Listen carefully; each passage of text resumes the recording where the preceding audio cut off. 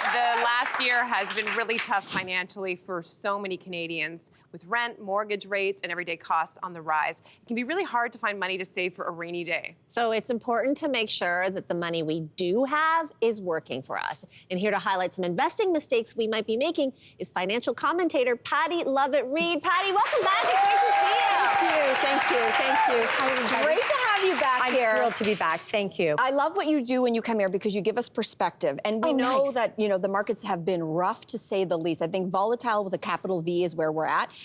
What is the situation right now as we sit here in the markets? Volatile as we sit here right now. I mean, the last year, there was nowhere to hide. Maybe the U.S. dollar. But who was in the U.S. dollar? The only market that performed well was Brazil. And in fact, $58 trillion globally of wealth was erased from the economy. Wow. And so it's understandable that people feel really anxious. Bitcoin even dropped. The cryptocurrency market dropped 66%. So there was nowhere to hide. Is it going to last forever? Absolutely not. If you're in the markets, if you want to invest, you need a 5-year time horizon. And so we'll talk a little bit more about it. I'm not going to say it's entirely behind us, but I'm starting to see signs of life. Nice. Okay, so can you offer some general advice for people who are a bit nervous but kind of are thinking of dipping their toe into the market but still feeling a bit unsure? You know the concept, buy low, sell high? It takes a lot of fortitude to say, okay, I'm going to start to buy in. Know that you're not going to influence the entire market, but know that you can influence what you do in your household. And that means sort of looking at where you're at. And, if you only have so much money coming in, maybe you pay down debt. Maybe you tuck some money into an emergency fund. You could have your job today, but you're worried that you won't have it tomorrow. Maybe you start to invest slowly. It feels like you're spending as if there's no tomorrow because inflation is still high. Food and energy, they haven't come down. I'm not sure they're going to come crashing down. We might start to see things stabilizing. And in fact, we've seen the economy now kind of stall, which would suggest higher interest rates are doing what they were intended to do, pull things back. So you're going to walk us through some of the common mistakes that people make when they're investing. And the first one has to do with our own involvement. Yes. How's that? You know what? What I often find is that people will abdicate responsibility. And I will tell you that it's your money and no one's going to care more about your financial future than you. And so as a result, you have, what was that? I said, are you listening to this? Don't abdicate responsibility. We have talked in the halls many times. She doesn't totally abdicate. But no, you don't abdicate responsibility. That doesn't mean that you have to do all the management. It means you have to be aware of what's going on and not knowing what you own. You may have mutual funds and you may have several, but know what the top 10 holdings are. You don't want duplication. All right, the top two.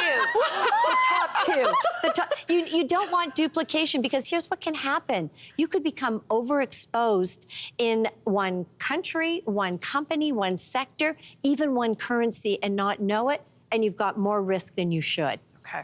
We're going to talk after the show. Yeah, we'll talk after the show. But I don't have a lot of 10. All right, Pattie, what about saving versus spending? What mistakes are we making? Some will, I guess, sit on cash and let it be idle. And that's not a good thing because after taxes and inflation, you're not keeping up your purchasing power. You need your money working for you. Now, there will be some that, let's say, our daughter is on a maternity leave. She's asked me a million times, Mom, where should I invest my money? You should be in cash because you don't have the additional stream coming in. You have wild cards in your life right now in terms of expenses. Stay in cash. But on the other hand, if you've got maybe a 3 or 4 year time horizon, get it working for you. The other thing is, we need people who can afford to spend in this economy. Think of all the small business owners out there. And so it's not in bad taste to spend. It's knowing what your household can do and act accordingly. Nice. Okay. Well, we all know life can get really, really busy, but you say not keeping our finances top of mind is actually a really terrible mistake. So what's the solution? One of the best books I read years ago was by David Bach. It was called The Automatic Millionaire. There's nothing automatic about becoming a millionaire. But what he says is automate your financial life. This would be great for you, Lainey, because you have all your bills coming out, your emergency fund money, your investment strategy, and whatever's left, you can buy shoes. I think I do that. I think. Okay, it's a strategy. Automate your life so that the money comes out on a regular basis and you don't even need to think about it. Yeah. So there is a personal side to investing. So how does this factor into the mistakes that we might be making? The personal side is no one will start or enter into an investment thinking it's going to perform poorly. But it could, and you never should fall in love with your assets. You could have a home and you love it, but your home's never gonna love you back. The people in it will.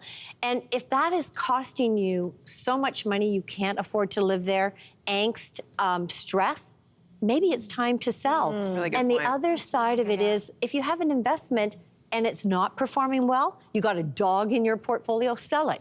Get rid of it. It's an opportunity cost where you could be putting your money to better work. Don't you want to believe in that stock, though, if you've invested? Not forever. Okay, all right, fine. Okay, no. I mean, yes, you could have dips and look at the fundamentals of the company, but sometimes fundamentals change. And you need, when you stay on top of it, you realize it and you move It's on. like a relationship. You have to break up with a stock sometime. Yeah, you do. Yeah. You totally do. Yeah. I'm going to use that. Okay, I'm gonna write a blog on that. I gave financial tips. Yes, she did. Pattie Lovett-Reid. That's the best. I like it. I'm totally using it. Very quickly, you said earlier, buy low, sell high. That's one of those rules out there. But is that always right? Can that ever be a mistake? Okay, I don't think you should try to time the market. Okay. I don't think the experts necessarily get it right, because when they try to do it, you got to get it right twice, going in, going out. I think buy good quality investments, stay well diversified across cash and bonds and stocks, and have a plan, have a time horizon that's reasonable. Okay. Buy low, sell high. Buy low. I know. Yeah. Buy low. Yeah. When the stock is low, buy it. So now. So Everything's low. now, if you And then- can afford, this is where you should be. I think people are starting to sniff around. Yeah. I do. I think the problem is then how high is high? Oh, great. Then You people, have to- hold on, it can go up more, and then boom, right? It can't fall in love with your assets. Don't fall in love with them. Yeah. Lock Fall in in love your with gains. emotion. Break Have up. an idea of how far it can go before you decide to take your profit. Doesn't mean you can't buy back in. Okay. Pattie, we always feel smarter after you've been here. Thank you so much for being here. Thank you. We're going to take a break. We'll be right back after this. Hey there! Wasn't that great? Do you know where you can find some equally good content?